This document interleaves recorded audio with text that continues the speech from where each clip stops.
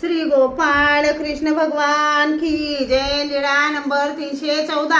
इंद्रभटाला प्रवेश। एके दिवशी सर्वज्ञ सकाळी फिरायला घाटाकडे गेले। घाटावर उभे राहिले तेव्हा इंद्रभट धोतर धुवायला आले होते। सर्वज्ञ तेथे आले आहेत असे इंद्रभटाला माहीत नव्हते। सर्वज्ञांनी विचारले, ओ वानऱ्या, या पलीकडे इंद्रभट तर नाही? भट्टोबास म्हणाले, जी इंद्रभटच आहेत। सर्वज्ञ म्हणाले, इंद्रिया आणि इंद्रभटाने पाहिले तेव्हा सर्वज्ञ दिसले आणि आले। एकाच्या मताने बोलवा हो इंद्रिया ते। मग भट्टोबास गेले। इंद्रभटो, या सर्वज्ञ आले आहेत, तुम्हाला बोलवत आहेत। तसेच इंद्रभट आले, सर्वज्ञांना दंडते घातले, श्रीचरणा लागले, नम्रतेने पुढे उभे राहिले। सर्वज्ञ म्हणाले, काय हो इंद्रिया, बोलून भेट देत आहोत?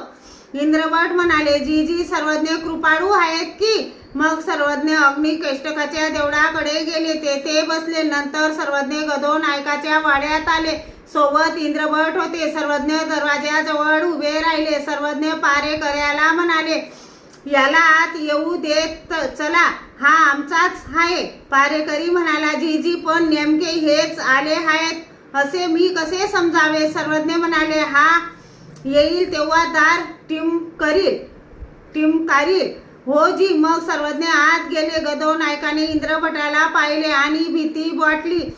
हे काय जी, हे राजाचे सेवक येते कसे? सर्वज्ञ म्हणाले, तुम्ही भिवू नका, हा आमचाच आहे। मग इंद्रभट पूजा वसराला येत असत। श्री गोपाळ कृष्ण भगवान की जय।